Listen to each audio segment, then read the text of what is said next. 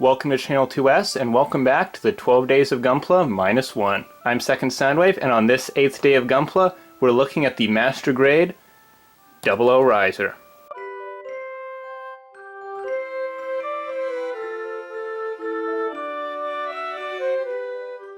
So in yesterday's video, when we were looking at the reversible Gundam, I mentioned that the High Grade Reborn's Gundam was the second model kit I ever built. Well, today I'm going to show you the first model I ever built. The High Grade 00 Riser Condenser type. When I first built this kit, I loved it. It was the total opposite of the Reborns for me. I thought this thing was absolutely perfect. I cherished every minute of it. I enjoyed the build, I enjoyed posing it. So much was great on this kit that I didn't even think about picking up the Master Grade. But that was more than 5 years ago, and in those 5+ years, Gunpla's come a long way, and the 00 Riser High Grade isn't quite the masterpiece that it used to be. So I felt that I needed an upgrade. Enter the Master Grade 00 Riser. If you've been following my channel for a few months now, you will remember that a short while ago I unboxed a Master Grade XN Riser, and that's technically the kit you're seeing right here. However, for the purposes of this video, I thought it would be nice to look at the 00 Riser on its own before I take a look at the new XN parts, because with the XN Riser you get all the pieces you need for the original 00 Riser and in the original colors as well. Simply put, the Master Grade 00 Riser looks amazing. This guy is a huge leap up from the High Grade. Especially on the legs, there is a lot of inner frame that pokes through the armor, and not a single thing on here is stickers except for a few understandable areas. I'm talking stuff like eyes, sensors, and the markings underneath the condensers. Basically just the stuff that can't be done with plastic. This is already a very nice looking kit, and I don't even have the O-Riser parts on it yet. But before we start piling stuff on this guy, we should probably take a quick look at his articulation. The head's on a hinge that lets it go up and down. You got some head rotation as well, although it's a bit stiff. You can pull this piece out, not that far out, and then open this, and you can see a little Setsun inside the cockpit. The top of his chest does this really cool thing where the sides telescope outwards, so you can get a little bit of forwards movement in here, and probably some other things as well. Yeah, it looks like it can also go up and down. His torso has this really interesting joint in it that I can only describe as a vertical turntable that lets his torso move left and right, and then there's some more joints in the torso that let it go forwards and backwards. And once you factor in the waist ball joint, that is a lot of mobility. The GN drive holders can go back and forth just a little bit. They can rotate at the top, and they can go up to about here. You can also wiggle the whole armature up and down a little bit. When you have the drive holder up like this, you can slide the switch here to lock it in place, which is going to be very handy once we have the O-Riser parts on him. And now we can continue on to the arms, which go up further if you take off the backpack and extend out the chest joint, around, rotate, double bend. Hand goes up, down, out, and in. The hands themselves are done in a way that I've only ever seen on this kit, because you get two options. You have the standard Master Grade 2.0 style hands, and then you also get a set of wing style swap out finger hands. It's a good thing they included both options, because some weapons definitely work better with one hand over the other. Skirts go up, up,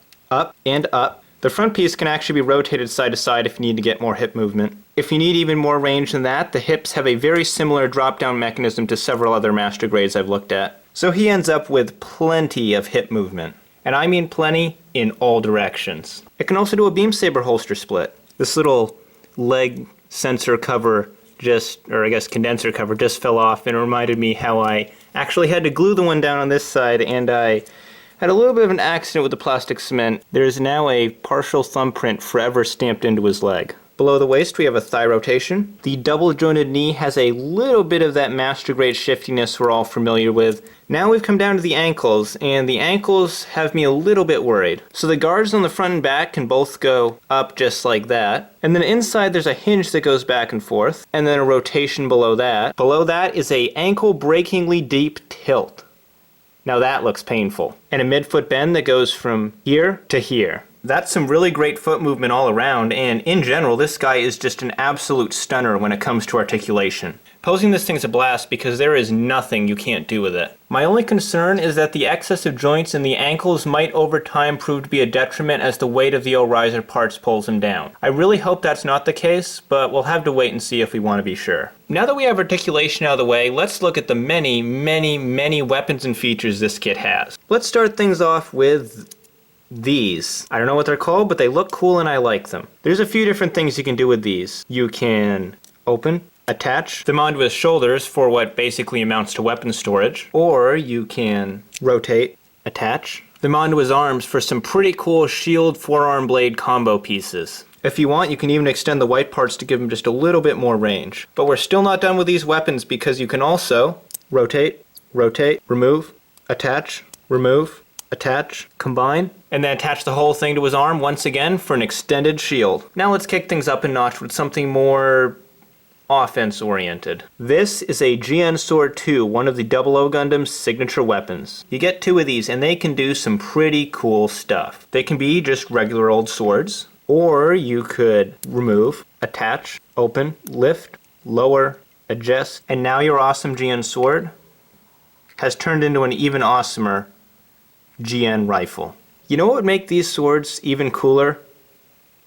Beam effects. You get an effect part for each GN Sword 2 and they very simply slide over the blade just like that, and they look pretty insane. These effect parts make the sword look pretty big, but if you want something even bigger, you can take that off, grab this, and then attach and attach to make a massive double saber. Part of me wants to show you what the combined swords and the beam effects look like when used at the same time, but then another part of me believes that no one man should hold that much power. Yep, too much power. Okay, now that the fires have all died out, let's talk about the GN Sword 3. This is my favorite weapon the 00 Riser comes with its awesome translucent blade and generally all around awesome look. You can attach this to the kit to the tune of rotate, grab, and attach. You don't even need to really tab it into his hand as the connection in his forearm is more than strong enough to hold the weight on its own. One of the cool things about the GN Sword 3 is that like the GN Sword 2s, it turns into a rifle. So to do that, you just rotate,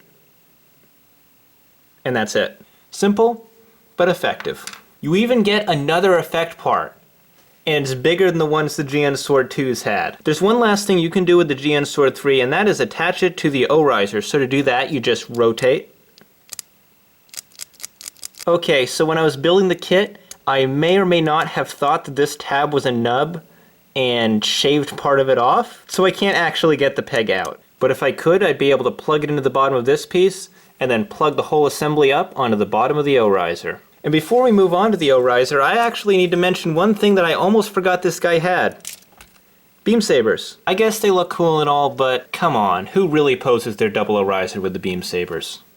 Now it's O-riser time. The O-riser looks great. This thing is practically a whole kit in and of itself. It's got a lot of moving parts on it. These wiggle, these rotate, these open, and if you want you can even pop off these little gray panels and replace them with some landing skids. I won't though, because I've got something much better planned for this guy. I'm talking remove, extend, rotate, and also maybe a little bit of slide, remove, retrieve, attach, slide, remove, retrieve, attach, slide, lift, slide. Now is not the greatest time to bring this up, but he does have articulated thrusters in his backpack. I literally just noticed that. Now back to your usual programming. Attach, attach, attach. And after some minor adjustments, we have the big man himself, the 00 Riser. Looks great from the front, looks great from the back, and so far he has no balance issues. Remember those switches I showed you earlier on that lock the GN drives in place? Well, that's what's keeping his wings up right now. I have him holding the GN Sword 3, and despite the huge amounts of plastic hanging off of him in all directions, he is very stable. I'm pretty much done talking about the kit at this point, but before we wrap things up, I want to quickly run through some things I skipped over before. Something you may or may not be aware of is that this kit is LED compatible. You can put an LED unit in the chest, both GN drives, and both wing binders. When you have an LED unit in here, you can also open up the blue panel on the top of the wing to let the light flow through. You do get one green LED unit with the kit, but it doesn't come with batteries. So on top of the LEDs, one thing that I forgot to mention when I was talking about the shield bits is that they can also attach onto the wings of the O-riser. Okay, it's getting really late now, so I'm just going to quickly run through the remaining stuff. We got condensers. So these go on the shoulders. They just replace the GN drives. You can put an LED unit in here as well. There's a little ring around the edge that glows green, which I imagine would look pretty cool, except I wouldn't know because I haven't tested it. When you put the condensers on, you're supposed to also swap out the orange canopy for a frosted clear one, but not only does that not look as cool, it's also a pretty scary connection, and I don't really want to risk that right now. Okay, I think I'm almost done. There's just one more thing as far as I know that I need to show you, and that's the weapon storage for the GN Sword 2s. So on the side skirt here, there's a little panel. I'll just take the skirt right off, I guess. And there's a little panel, and you can pull this off, just like that. And you take the peg that was in the top hole and you put it in the bottom hole. So then you take your GN Sword 2, and if you look carefully, one side of it should look like that, and one side of it should look like that. So you want to take this side, and you want to take this little piece. One side of it's cut out like that. You want that side facing the handle, and you just attach, and you're good to go.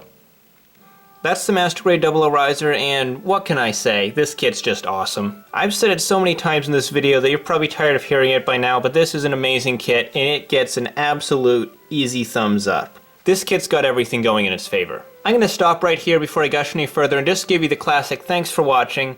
I'm your host, Second Soundwave. I hope you've been enjoying the 12 Days of Gunpla -1. If you enjoyed this video, as usual, just give it a good old like. If you're new here, be sure to subscribe because I'm continuing on the 12 Days of Gunpla -1. We've only got a few days left, but there are going to be some pretty cool ones, so you're going to want to stick around and see that. And I'll see you tomorrow, I guess. Bye, guys.